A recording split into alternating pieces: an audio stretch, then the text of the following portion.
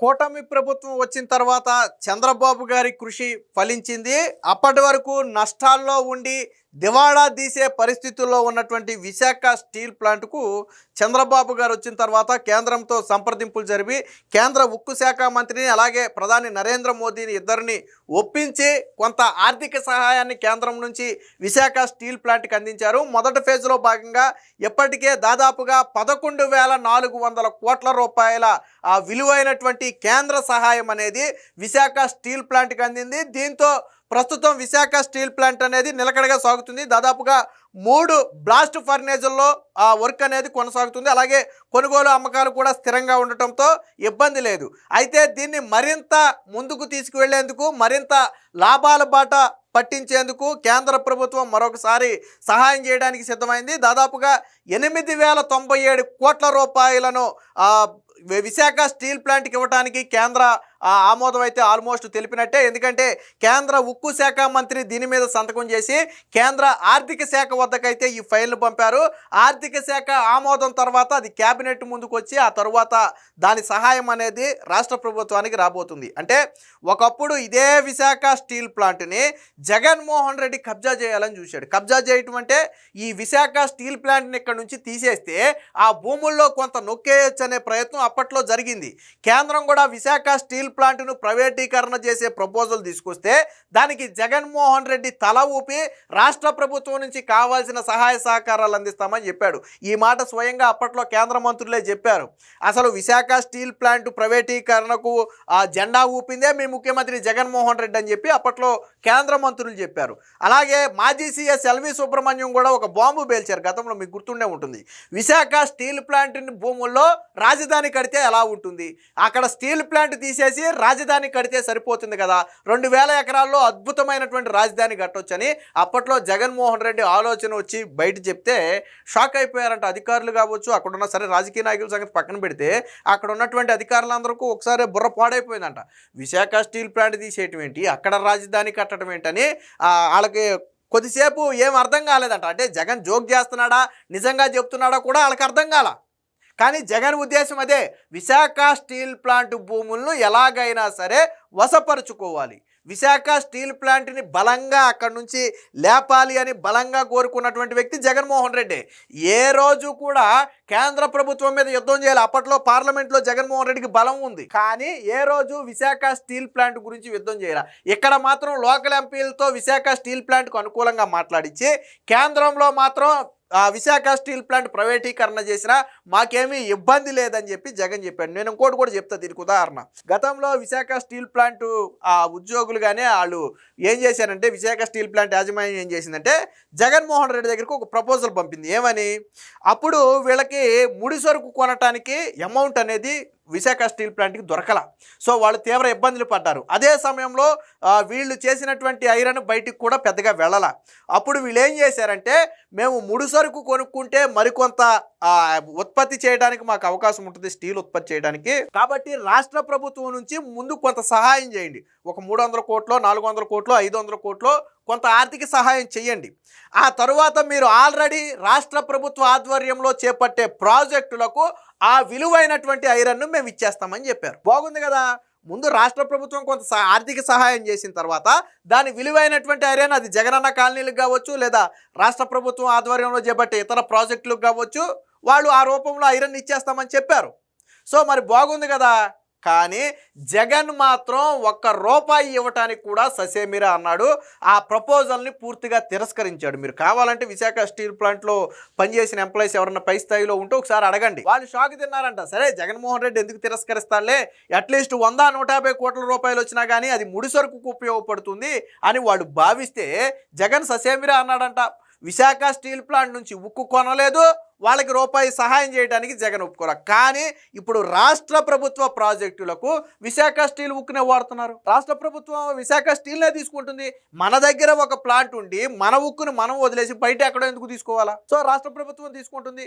ఒక పక్క కేంద్రం నుంచి కావాల్సిన సహాయ సహకారాలు అందిస్తూనే మరో పక్క రాష్ట్ర ప్రభుత్వం తన కొంత చేయూతనిస్తుంది. అలాగే రాష్ట్ర ప్రభుత్వం కూడా కొంత విశాఖ స్టీల్ ప్లాంట్ దీనికోసం కొంత అమౌంట్ను కూడా బడ్జెట్లో కేటాయించడం జరిగింది. అంటే ఎలాంటి పరిస్థితుల్లో ఉన్నటువంటి స్టీల్ ప్లాంట్ను ఎలా తీసుకొచ్చారో చూడండి. ఇప్పుడు రాబోయే ఈ 8,097 కోట్లు ఆల్రెడీ కుమారస్వామి ఎవరైతే ఉక్కు మినిస్టర్ ఉన్నారో, సెంట్రల్ ఉక్కు మినిస్టర్, ఆయన ఓకే చేసేశారు. సో ఇప్పుడు ఫైనాన్స్ మినిస్టర్ దగ్గర ఉంది అది.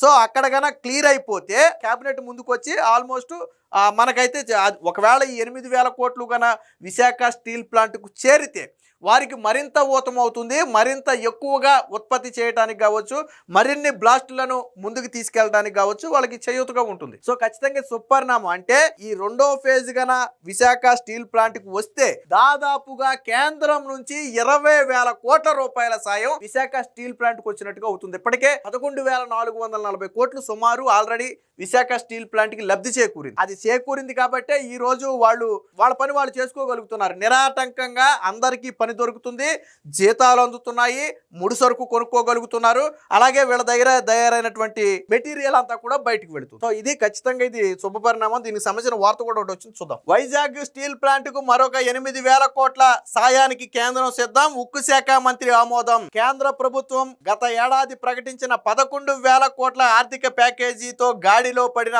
విశాఖపట్నం స్టీల్ ప్లాంట్ కార్యకలాపాలను సుస్థిరంగా మార్చేందుకు మరొక 8,097 కోట్ల రూపాయల ఆర్థిక సహాయం చేయడానికి కేంద్రం సిద్ధమైంది.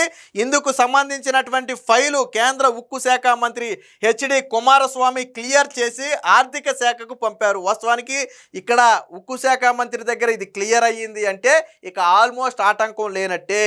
అలాగే చంద్రబాబు గారు కూడా నరేంద్ర మోదీ గారితో ఉన్నటువంటి ఆ సాన్నిహిత్యం, ఆర్థిక మంత్రితో ఉన్నటువంటి ఆ సాన్నిహిత్యాన్ని ఉపయోగించుకుని ఈ ఫైల్స్ అన్ని కూడా క్లియర్ చేస్తున్నారు. వాస్తవానికి ఆల్రెడీ ఇప్పటికే 11,000 కోట్లకు పైకి ఇచ్చింది, ఇప్పుడు ఇవ్వాల్సిన అవసరం లేదు. ఇంకా దేశంలో ఇలా ఇవ్వాలంటే చాలా ఉంటాయి, ఉక్కు పరిశ్రమలు కావచ్చు, వేరే పరిశ్రమలు కావచ్చు, దివాళా తీసే పరిస్థితులు చాలా ఉంటాయి.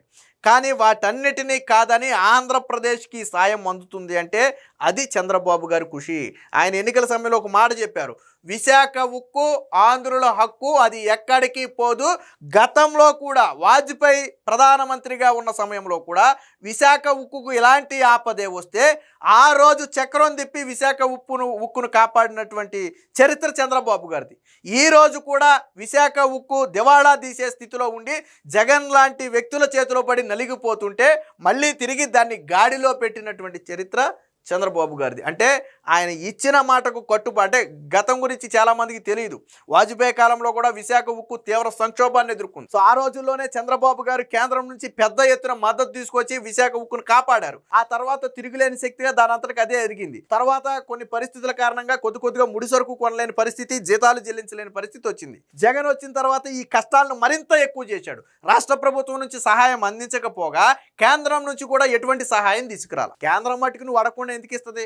ఈ రోజు చంద్రబాబు గారు అడగకుండా కుమారస్వామినే తీసుకోండి, మీ విశాఖ ఉక్కుకి 8,000 కోట్లు తీసుకోండి అని ఇస్తున్నాడా? అది ఏమన్నా 1-2 కోట్ల ఇవ్వడానికి 8,000 కోట్లది. చంద్రబాబు గారు విశాఖ ఉక్కును సుస్థిరం చేస్తామని చెప్పారు, దానిలో భాగంగానే ఇప్పుడు మరొక 8,000 కోట్లు తీసుకొస్తున్నారు. సో అది చిత్తశుద్ధి అంటే అలా ఉండాలి. ఆర్థిక శాఖ వ్యయ విభాగం పచ్చ జెండా ఊపిన వెంటనే ఇది కేబినెట్ ముందుకైతే వెళ్లే అవకాశం ఉంది, చూద్దాం. కేంద్ర మంత్రివర్గం ముందుకు వెళ్లనున్నట్టుగా తెలిసింది. ప్రస్తుతం 3 బ్లాస్ట్ ఫర్నేజీల ప్రారంభంతో ప్లాంట్ కార్యకలాపాలు స్థిరంగా కొనసాగుతున్నాయి. ఉక్కు ఉత్పత్తి, అమ్మకాలు కూడా పెరిగాయి.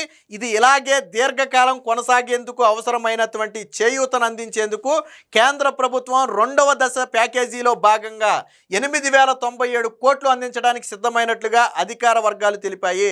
రాష్ట్రంలో కూటమి అధికారంలోకి రాగానే కేంద్రంతో సంప్రదింపులు జరపడంతో తొలి దశలో 11,440 కోట్ల రూపాయల ప్యాకేజీ అందింది. అందులో 10,300 కోట్ల రూపాయలు అనేది ఈక్విటీ రూపంలో ఉంటే మరొక 1,140 కోట్ల రూపాయలు అనేది వర్కింగ్ క్యాపిటల్ రుణాలను 7% నాన్ క్యుములేటివ్ రీడబుల్గా మార్చడానికైతే ఉపయోగించారు. మొత్తంగా ఇప్పటికే 11,440 కోట్లకు ఇప్పుడు అదనంగా ఒక 8,097 కోట్లు కన్నా ఈక్విటీ రూపంలో కూడా సమకూర్చాలని కేంద్రం నిర్ణయించింది. ఇది కన్నా వస్తే ఖచ్చితంగా విశాఖ ఉక్కుకు అతిపెద్ద ఉపశమనం. ఇప్పటికే స్థిరంగా ఉన్నటువంటి కార్యకలాపాలు మరింత సుస్థిరంగా మారటంతో పాటు భవిష్యత్తులో ఎటువంటి ఇబ్బందులు లేకుండా ఈ స్టీల్ ప్లాంట్ను నడపడానికి అవకాశం అయితే ఉంటుంది. ఏది ఏమైనా మొత్తంగా చంద్రబాబు గారు ఇచ్చిన మాట మాటకు కట్టుబడి ఈరోజు విశాఖ స్టీల్ ప్లాంటును లాభాల బాట పట్టించడమే కాకుండా గాడిలో పెట్టిన ఘనత ఖచ్చితంగా చంద్రబాబు గారిదే.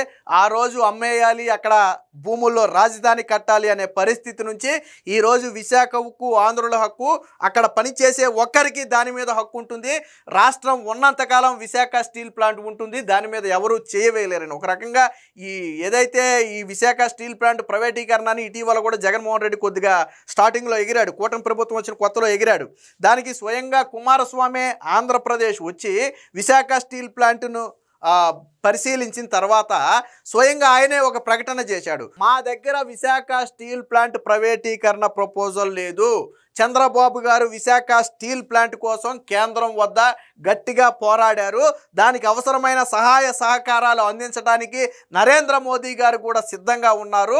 అందులో భాగంగానే నేను ఈరోజు ఇక్కడికి వచ్చానని చెప్పి స్వయంగా ఉక్కు శాఖ మంత్రి గతంలో చెప్పిన తర్వాత వైసీపీ నోళ్లు మూసింది. సో నిజంగా విశాఖ స్టీల్ ప్లాంట్ను దివాళా తీయించాలి, అమ్మాలి అనుకుంటే నీకు కేంద్రం నుంచి రూపాయి రాకుండా అడ్డుకుంటే చాలు. కానీ దాన్ని సుస్థిరం చేయాలనే ఉద్దేశం ఈరోజు చంద్రబాబు గారికి ఉంది. ఏది ఏమైనా మొత్తంగా కూటమి ప్రభుత్వం వచ్చిన తర్వాత విశాఖ స్టీల్ ప్లాంట్ లాభాల బాట పట్టింది అనేది మాత్రం వాస్తవం.